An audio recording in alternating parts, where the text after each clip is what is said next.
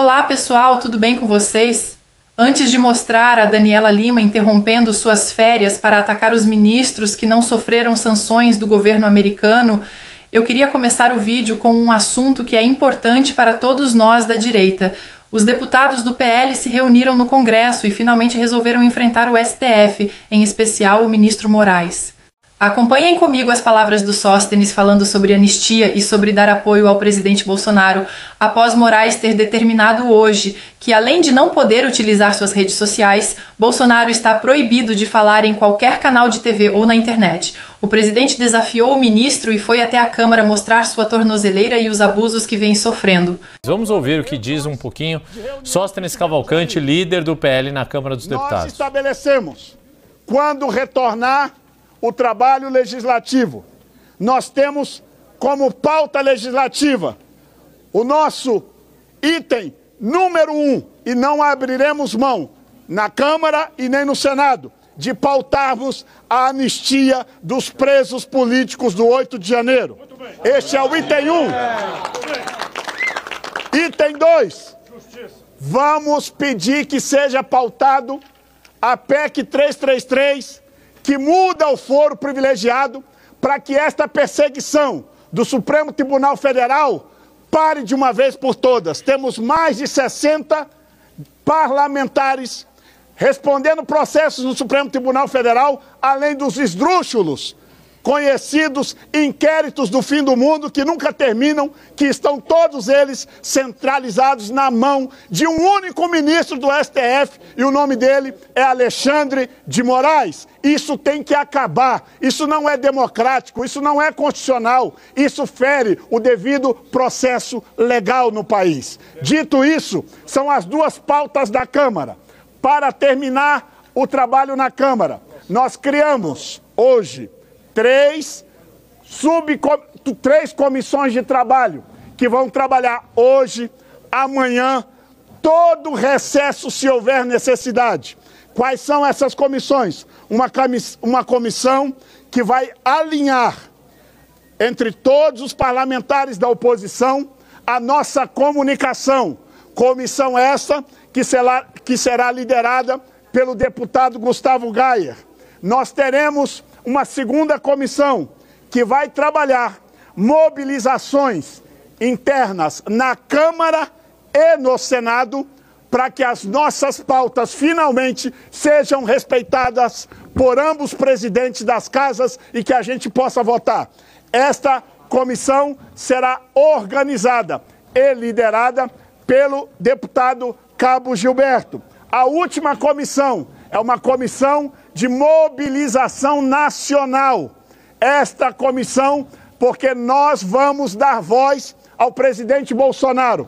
Tudo isso, essas decisões de censura ao presidente, é pensando que ele vai ficar isolado e sem voz. A partir de agora, nós teremos estratégias de comunicação e daremos voz ao presidente Bolsonaro mais do que nunca, porque o presidente Bolsonaro não só tem um exército de parlamentares, mas tem milhões de pessoas nas ruas que darão a ele a voz que o Supremo Tribunal Federal decidiu censurá-lo. Por último, digo que esta comissão, também criada, nós vamos buscar todos os mecanismos legislativos para tirar o Brasil da ditadura da toga. Dito isso, passo a palavra à senadora Damares e senador Magno Malta, que vão dividir o tempo aqui. Quem vai coordenar a última comissão é o deputado Zé Trovão e Rodolfo Nogueira, porque eles entendem das mobilizações do agro e dos caminhoneiros. Senhores, eu vou dividir a minha fala com o senador Magno Malta. Decidimos que a pauta do Senado será o impeachment do senhor ministro do Supremo Tribunal, Alexandre de Moraes. Pessoa inocente! Ao silêncio! Ao silêncio! O que estão fazendo com o ex-presidente da República? Nós vamos enfrentar a polícia toda. O senhor não vale para mim é a lei de Deus. Amém. Okay? Essa tornozeleira é a libertação do Brasil. Força, presidente. Nesta segunda parte, eu gostaria de começar mostrando o papel ridículo da Daniela, que interrompeu suas férias para de forma disfarçada, chamar de frouxos os ministros Mendonça, Fux e Nunes Marques. Claramente, a cachorrinha de recados do Moraes recebeu ordens para postar o que ele queria dizer em público e não pôde. Na sequência, deixo o desespero de duas militantes se contradizendo. Primeiro, a senhora que odeia judeus, dizendo que Moraes não está nem aí. E na sequência, Ana Flor afirmando que os ministros estão espantados com as decisões da Casa Branca. Trump mandou a carta, mandou a segunda carta já abrindo uma guerra direta presidencial entre ele e Lula, e agora o Marco Rubio novamente anunciando corte dos vistos. O que o Joel falou, e eu concordo, isso é mais uma etapa na guerra e pode chegar em algum momento ao uso da lei Magnitsky, que é muito além de só cortar visto. Agora, você me pergunta, qual é a reação do Alexandre de Moraes desde as primeiras ameaças? Veio lá a primeira ameaça, a segunda ameaça, a terceira ameaça, e ele mantém a mesma coisa. Dá de ombros. Não posso ir aos Estados Unidos? Não vou morrer por isso. Vou lá. Não tenho conta nos Estados Unidos. Não tenho negócios nos Estados Unidos. Não quero ir para a Disney. Tá bom, tudo bem. Ele dá de ombros. Agora, tem que ver quais são os outros ministros. Por exemplo, Flávio Dino, quando você pensa no grande aliado, Flávio Dino. De repente, Gilmar Mendes pode ser, mas aí são suposições. E o foco está mais na primeira turma, claro. Agora, eu queria trazer um bastidor interessante, que é o fato de que, para o governo brasileiro e até outras autoridades, até mesmo no Supremo, houve até um certo espanto, uma surpresa com essa sintonia fina de como as ações que o governo Trump está tomando contra o Brasil estão muito bem concatenadas com o que ocorre, por exemplo, no julgamento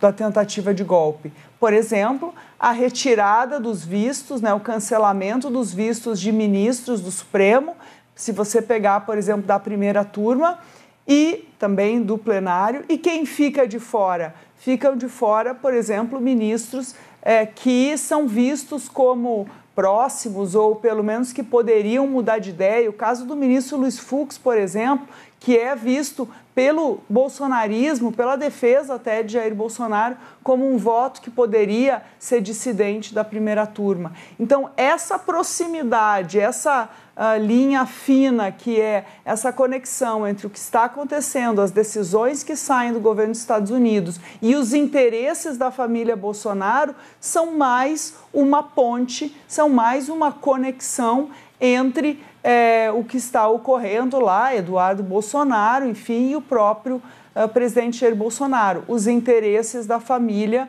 completamente conectados com as decisões contra o Brasil que o governo dos Estados Unidos tem tomado. Para terminar, gostaria de trazer este vídeo do advogado e professor André Marsiglia, tratorizando o advogado petista amigo do Lula, que veio dizer que há motivos para acreditar que Bolsonaro iria fugir e, portanto, a prisão domiciliar foi necessária. Também trago o desespero da Andréa Sadi, mostrando que Eduardo Bolsonaro está em modo de ataque e foi para cima do diretor da Polícia Federal. Na sequência, o Demétrio, desesperado, pede a prisão de Eduardo e de seu pai. Se há festa, é porque o nosso sistema de justiça tem agido de forma absolutamente impessoal. Há motivos fundados para acreditar que ele vai fugir da jurisdição brasileira. Isso é muito grave e, portanto, eu tenho que respeitar a decisão do Supremo. Um juiz tem todo o direito de ter receio ou de acreditar, enfim, que ele deve tomar medidas que coíbam a possibilidade de um crime. Ele só não pode, em nome disso, passar por cima da Constituição e da legislação. Ele não pode usar a sua criatividade para fazer das medidas algo que ele deseja. A lei é o que é, não o que deseja um juiz. Então, no momento em que ele tem receio de que as redes sociais possam ser utilizadas para instigar alguém, nesse momento, se ele passa por cima do princípio básico da nossa Constituição, que é a liberdade de expressão, ele está violando a Constituição, ele não tem direito de fazer isso. No momento em que ele acredita que há um receio de fuga, ele precisa então fazer com que a fuga não aconteça sem passar por cima da legislação e da Constituição e limitar severamente o direito de ir e vir. A gente está diante aqui de uma prisão. O que foi deferido foi uma espécie de uma semiaberta com prisão domiciliar, uma mescla, uma invencionice, mais uma do ministro Moraes, que não responde absolutamente absolutamente nada do que está previsto na nossa Constituição. A gente precisa também aqui assentar um ponto que parece que nós perdemos nesse país, que é o seguinte: se existe um receio, nós não podemos reagir de qualquer maneira a esse receio, nós que eu digo aqui, Estado e sobretudo o STF, porque o STF é o guardião da Constituição. Ele precisa usar a Constituição. Se a Constituição é insuficiente para as reações que devem ser feitas, então que se mude a Constituição, mas não que os juízes passem a utilizar a Constituição que eles gostariam que existisse. E essa subjetividade destrói, repito, o Estado, corrói as instituições, faz com que os juízes se tornem mais importantes do que as suas decisões, do que a legislação que existe, e isso é totalmente indevido. Isso é o oposto exatamente ao que a gente chama, ou gostaria de chamar, de Estado democrático de direito. Queria rodar aqui para vocês, uma conversa que eu tive ontem com o diretor da Polícia Federal, o Dr. Andrei Passos Rodrigues, porque nessa live do Eduardo Bolsonaro, ele ameaçou integrantes da Polícia Federal. Vou ler para vocês aqui quais foram essas ameaças.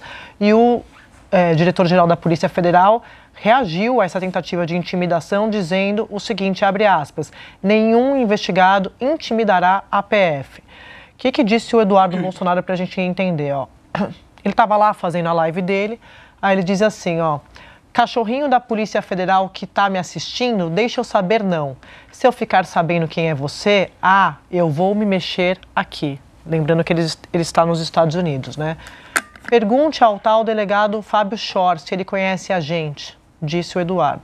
Fábio Chor é o delegado da Polícia Federal que já atuou em inquéritos que investigam Jair Bolsonaro no Supremo, incluindo esse inquérito da tentativa de golpe, tá? Aí o que disse o doutor Andrei?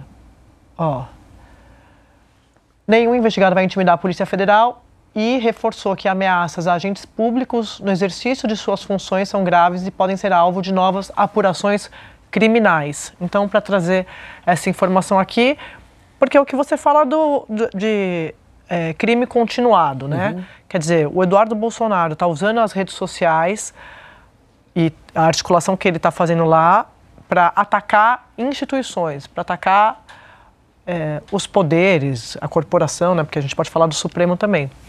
Eu fiquei muito impressionada, porque ele usou a live ontem para atacar a Polícia Federal e eu recebi uma dica de uma fonte que disse, assista a live inteira, porque tem isso também. Como ele estava à vontade para fazer isso, se sentindo protegido, porque está lá fora.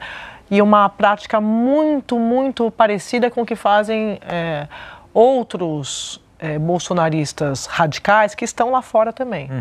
Alan dos Santos, só para citar um exemplo aqui. Óbvio, o Joel trata no condicional, mas me parece óbvio.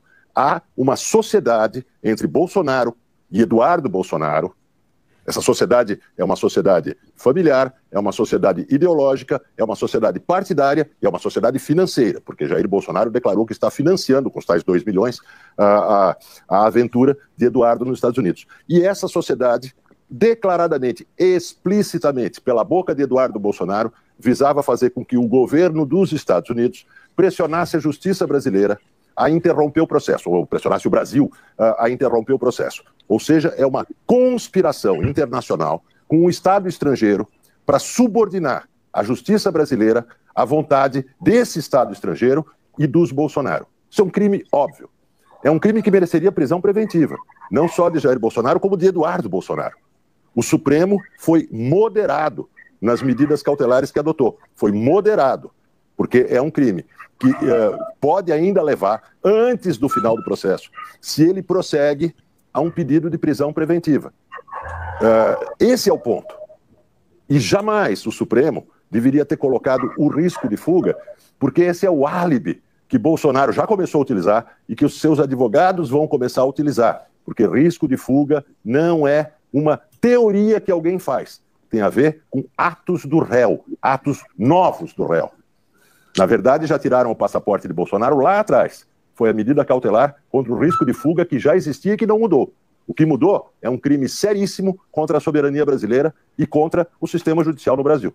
A todos que chegaram até aqui, muito obrigada pela confiança. Vocês devem ter reparado que o presidente Bolsonaro não mostrou o rosto enquanto falava, mas sinceramente não sei se isso vai impedir Moraes de tentar prendê-lo. Afinal, esse pronunciamento foi feito cerca de 1 hora após o ministro decretar censura total ao presidente.